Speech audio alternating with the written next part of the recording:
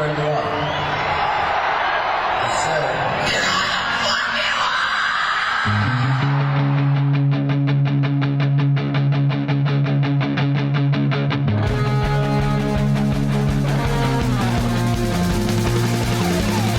This is Appetite for Distortion.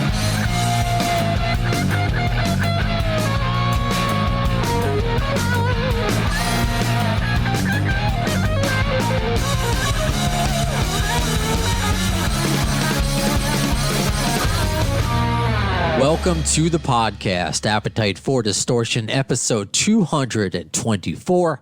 My name is Brando. Guest today, Stone Gossard of Pearl Jam. I'm excited. I know you're excited by all the questions you submitted on Facebook and on Twitter. I'll see what I can get to. My time is a little bit limited. I've spoken about these radio tours that some of my guests are a part of. So Stone is doing, I think, maybe 15 to 20 interviews this morning in a span of 2.5 hours. That's a lot of talking for him, but it's awesome, and I'm grateful for whatever time he gives, because he's promoting new band, new album, Painted Shield. Their self-titled debut comes out November 27th, and it's cool he got to put this out because, well, he was supposed to be on tour with Pearl Jam right now, but you may have heard there's a worldwide pandemic going around, so at least he's doing something. So we're going to talk to him about that, and of course, Guns N' Roses. And stick around after the interview as we're going to open the box, the mailbox, that is, in a segment we call Mr. Mailstone, and just read some of your comments you've been sending in about the podcast, because I always want to acknowledge all of you. I mean, you're the reason why I have the platform to interview Stone Gossard. So let's not waste any more time. Hey, Stone. It's an honor to speak with you today. Yeah, great, Brian. Thanks for having me on your show. I got to say congratulations, of course, on Painted Shield. I got to ask, though, would you call this a silver lining, a small little silver lining in this year? Because I know you were supposed to be on tour right now with Pearl Jam. Is this kind of like a blessing to come out of it, or how do you look at it? Yeah, I mean, I think in this time, sort of the small things and any sort of collaborations and projects that you can do with people that you love, and particularly creative projects that's what we got right now. So in this particular case, we're lucky that we started this record about 6 years ago, and we started making it virtually when we did it to start out with, just sharing Dropbox files, and we were able to kind of continue on doing that. And in the last year and a half, it got real hot and heavy, and we got it across the finish line with Matt Chamberlain joining, and Brittany Davis, the Seattle singer-songwriter, who's great. Matt Chamberlain wrote 2 or 3 of the compositions on the record, and including "I Am Your Country." So it's been fun to work with him. It's been a real bright spot for sure.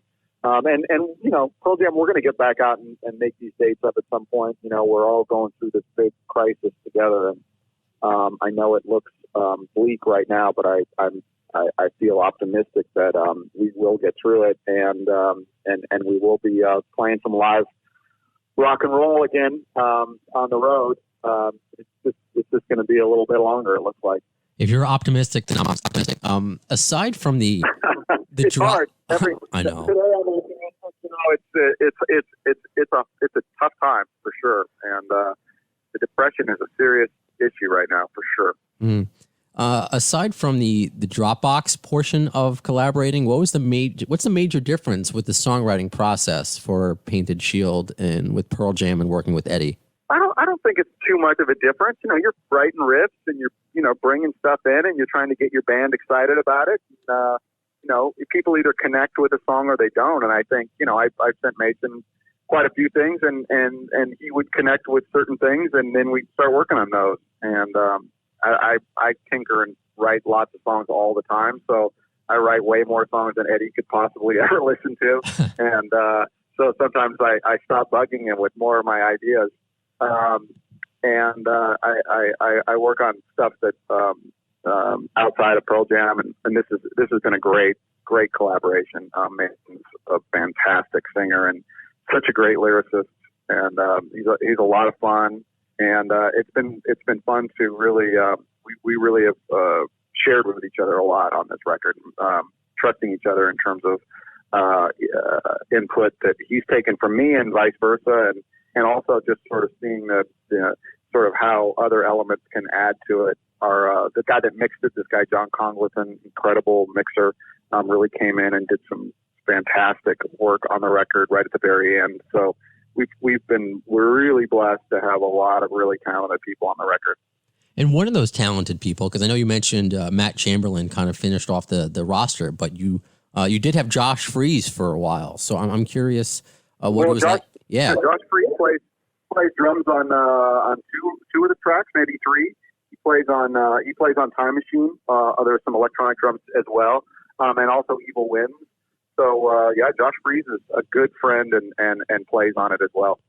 You know, Josh, I don't know if you have like a schedule in front of you about all the stations you're working with, or my buddy Dylan has been telling you, but the name of this podcast is Appetite for Distortion. So we look at everything through 6 degrees of, instead of Kevin Bacon, GNR Bacon. So Josh, totally. So Josh Freese, you know, he had his moment in the sun with Guns N' Roses. So it leads me to this question, and I'm curious if maybe you can dispel a rumor.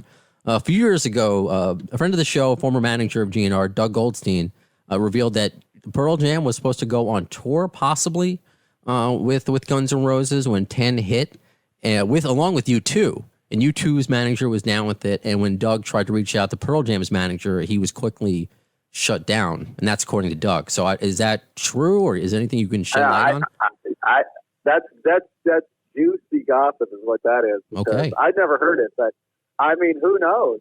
So if somebody thought the idea was that U2 and Guns N' Roses and Pearl Jam would all go out together. Yeah, that was apparently Axl. That's what apparently, according to Doug, Axl Rose asked Doug to put that tour together when 10 was getting hot. Oh, okay, yeah. I believe that Axl Rose would have that kind of an idea, and maybe but U2 at that point, they weren't doing it. I mean, U2 was the freaking biggest band, they're still the biggest band in the world, probably, but that's super juicy gossip. I never heard of. Nobody ever asked me. Okay, all right. Nobody said, "Hey, Stone, do you want to go out with U2 and Guns N' Roses?" I was like, "Where? How can we fit all that equipment in one space? Too much." Since there's too many ramps. I guess now it just kind of makes me feel hopeful for when the apocalypse is over. Who knows what could possibly happen in the future? Yeah. Do you know? Are you friends with any of those guys? Because Slash likes to collaborate. Are you friends with any of the guys from GNR? Well, Duff McKagan is a Seattle, right, fixture, and Duff is a total gentleman, and I've met Duff a handful of times, and he's very good friends with lots of mutual friends. And it's funny, we're putting a record out on, Loose Groove. We just started this label again, which is the label that Painted Shield's coming out, but one of the records that's coming out next year that I'm the most excited about is this record called The Living, which is Duff McKagan's songwriting in 1982 with Greg Gilmore from Mother Love Bone on drums. Wow. They had a band called The Living. And this record is the coolest punk rock, blast from the past, 1982, before it all struck here. And you can hear Duff McKagan, his songwriting prowess and his lyrics, freaking great, like so complete. And it's going to be a pleasure to go out and talk about how much I love this record and how excited I am that Loose Groove gets to put it out, because it really shows you how ahead of his time Duff McKagan was, and how really, he's he is probably the centerpiece of the Seattle sound in terms of really influencing the people that ended up sort of getting a lot of credit for it. But Duff was up here making it happen before he went to Los Angeles to make Guns N' Roses happen. Right on. And I know I don't have you here for too much longer, because, you can say Duff is ahead of his time, but is said of you as well. You helped form what we call grunge before it truly broke. So I would be remiss if I didn't ask, maybe to reflect on Mother Love Bone. And where do you think maybe you would be if Andrew happened to be, if alive today? What do you think would you have stayed? You think that would have lasted Mother Love Bone, or would Temple of the Dog not have happened? I know it's hard to kind of play that what if game, but where do you think you might be today if we hope with Andrew? I really don't know. I think that even in Mother Love Bone, I think we were as much as were doing something pretty cool. I think that we still weren't aware of how much of an opportunity and how much of a blessing we had with Andy Wood. And I just would want Andy to have explored music in all sorts of different ways. And, his influence in my life and the people that knew him and loved him is profound. And his charisma and his the nature of how people were so drawn to him, and so he gave so much love to people, and he had such a thoughtful way about him, and was so funny and disarming, and it was so he had such humility. It's really I just think back and that we missed an opportunity to really elevate him and to really take care of him in a way that I wish that we were able to do. But at that time, we were just all hungry and just, trying to prove ourselves. And I think we spent too much time trying to prove ourselves and not enough time trying to really listen to somebody who had a lot of wisdom at that time. So it's a mixed feeling I have. I'm not sure that we really cared for Andy as well as we should have. I often talk about mental health on the show. So, Andy Wood is somebody that comes up often, and I'll ask this real quick because another name that comes up often is Chris Cornell.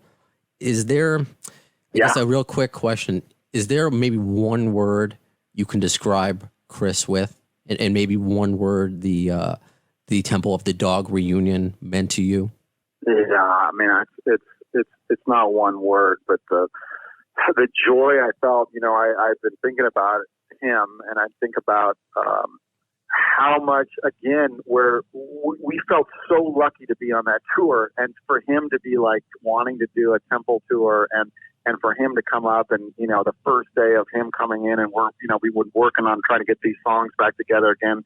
He's just so good to us. He's such a great musician, and we were sort of, we were playing the songs pretty good, but we went out there and hacked a little bit. We weren't totally on top of our game when we got going.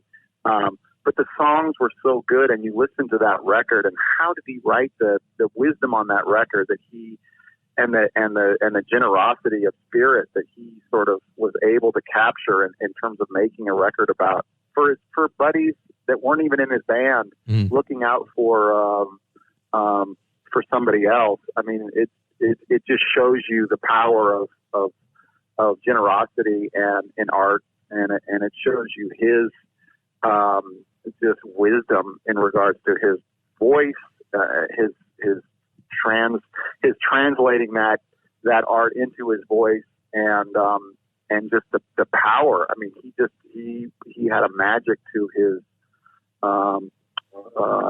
art that was just, it's unbelievable. And the fact that we got to even be part of that is ridiculous.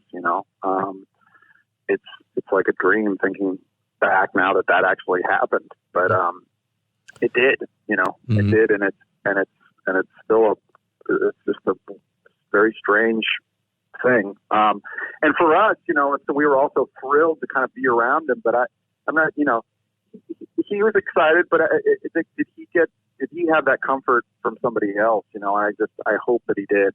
I just hope that he did. And it sometimes I don't know.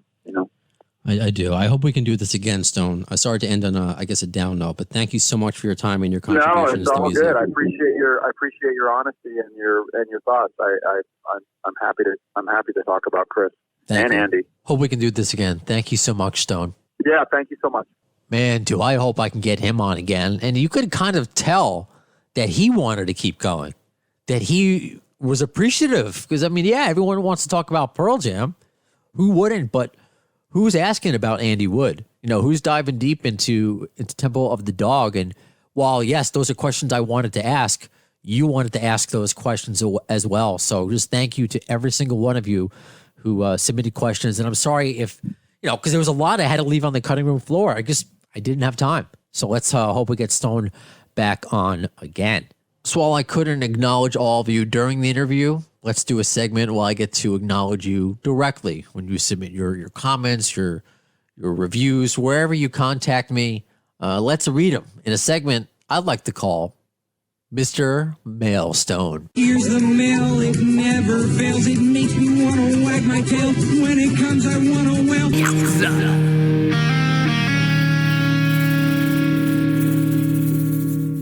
First, let's actually read some comments from Apple Podcasts. I haven't read these in a while. The reviews that you get to put in.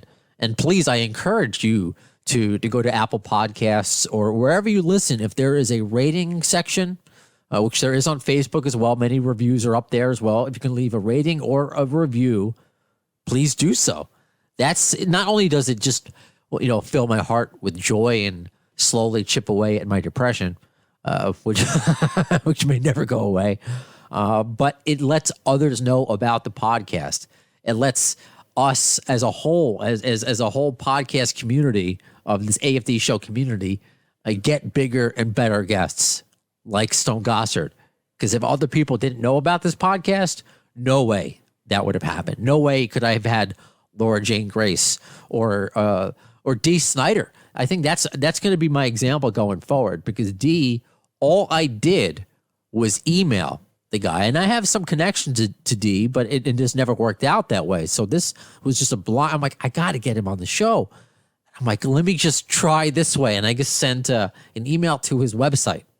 So really, no management, no label, no special radio connection, and they must have looked into it obviously before they responded, because they said Dee is down for this. That's quite a guest list. What is his 6 degrees of GNR bacon? So just based upon who we are, what this show is, that's how we got Dee Snider. So that's why I always encourage you to leave reviews, because people do read them, including, management labels. So the first one, this is from Glanham3. Okay, it's obviously just a username. If you like Guns N' Roses, by the way, it's 5 stars. These are all 5 stars.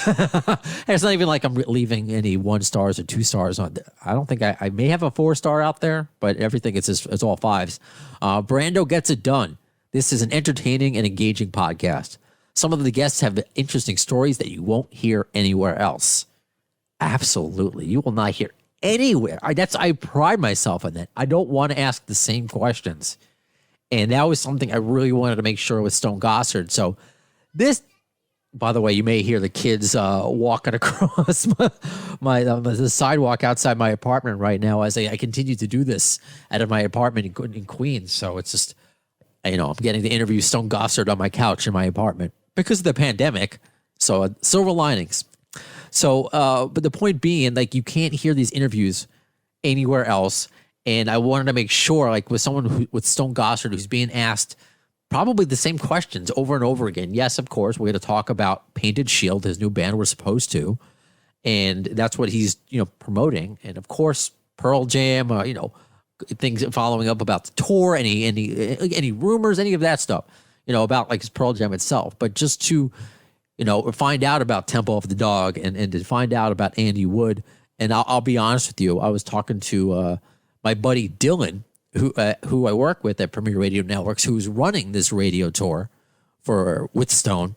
And again, that's something that I've also done. I just haven't been able to do that since in quarantine. It's the one thing I can't do in quarantine is run these radio tours. I got to get us a second phone line. They may hook me up with that in the future. But anyway, so I was texting Dylan. Did anyone ask about this yet? Did anyone ask about that yet? So I guess I kind of cheated a little bit.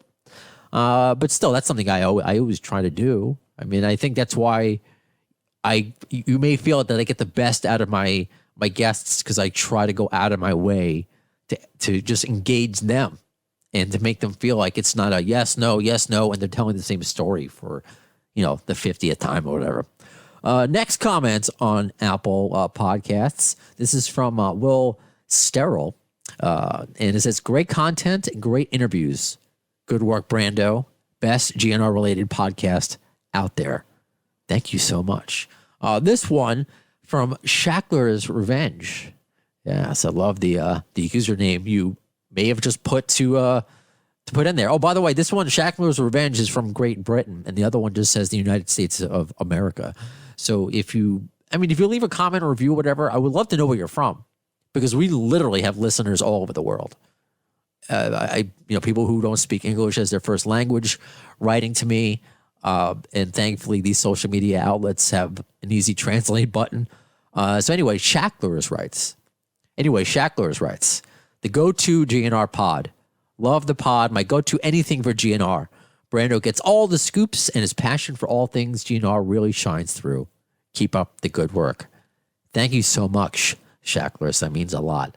There's a couple other comments I want to read because I do my best to acknowledge all of you on social media. That's why you see me go like crazy on your comments. I'm always, whether it's on Facebook, Instagram, Twitter, I don't know. I'm crazy. I guess we all have our phones in our hand all the time, but I really try to, if you're putting the time in to acknowledge me and write a comment, I want to put it back. And actually, this is a good segue. I want to give a shout out to Dave Bowden, who comments on a lot of my stuff, specifically on Facebook, and he inboxes me. Dave, I hope I'm okay reading this. It's nothing revealing. Sorry if I comment too much. Been a hard year. Your page and Gibbos are the best. Well, I told Dave, and I'll say it again here, no apology necessary. Like, please comment, engage. And that's how, not only is that just fun for you, and yes, this has been a hard year for all of us. So if I can, and this show can provide any relief from that, I mean, it's providing me relief, doing this podcast, whether it's the on-air version or social media, it's providing me relief. So if I can do the same thing, well, that's what I want. I just may not be able to have a full-on conversation because there's a lot of listeners who that's kind of all I do. Like, they may not comment, and they'll just, which is amazing, they will send me YouTube links or articles or topics, and it's just like a constant conversation. So, but I don't, no one seems to have ever been offended by it, but I'm kind of quick and short with answers because I just can't have a whole back and forth. But I will respond. So Dave, please keep commenting. This one is from Michael Kane. Oh, it's Kane, my God. Sorry, my Jim Ross Tourette's came up. Big fan. My first episode was Dave Kushner. Take care and keep going. Thank you so much, Michael. Dave Kushner, I'll never forget it. He was episode 20. I mean, I have a very poor memory, but that's something I'll never forget. And I will never forget what Dave did for the show and for me. The original interview was so good, and it'll never be heard. The reason is because I fucked up. You may have heard this story. I was so just excited that when it was done, and I think I just tried to edit it so fast and copy pasting, I ended up just copying over and pasting over the wrong thing. And instead of it being a whole hour and a half conversation, it just came out to 3 minutes. I don't know what the fuck I did. So I'm just never that quick anymore. Check your work. Just check your work. I've made plenty of mistakes. So I had to apologize to Dave Kushner. At the time I was communicating him with through Twitter, and I said, I'm embarrassed. I'm sorry I wasted your time. This is just what happened. And he got back to me almost right away and said, let's do it again. And we didn't fake the conversation. If you go back and listen to it, I was honest about what I'm telling you right now, what happened. It was just some of the organic moments that came out of that first conversation, were special. And it's something that always bothered me, but I'll always be grateful for Dave coming back on the show, and grateful for Michael following me since episode 20. And this is episode 224. So thank you. Last one I will read rather. This is from Lee Danko from the UK. Kind of acknowledge first the amount of listeners we have from the UK and Australia. Those are the two countries or, two regions that really stick out to me. Just incredible. Thank you. So Lee writes, class podcast fella. First listen to the Joe List and Shannon Hoondock podcast last night. And I'm all in, dog. Best. Oh, I love it. I couldn't have said it better myself, Lee. So if you want to be a part of the next Mr. Mailstone, just leave a review on Apple Podcasts. I'll read it on here, or you can send me a message. You can always send me an email at the AFD show at gmail.com, facebook.com/the AFD show, Twitter, Appetite for Distortion on Instagram. A lot of ways to reach me. And I always just want to show gratitude because there's no way I could be doing this without you. So until next time, when will be the next episode of Appetite for Distortion? Who will the guests be? Well, in the words of Axl Rose concerning Chinese democracy, you'll see it. I don't know if soon is the word.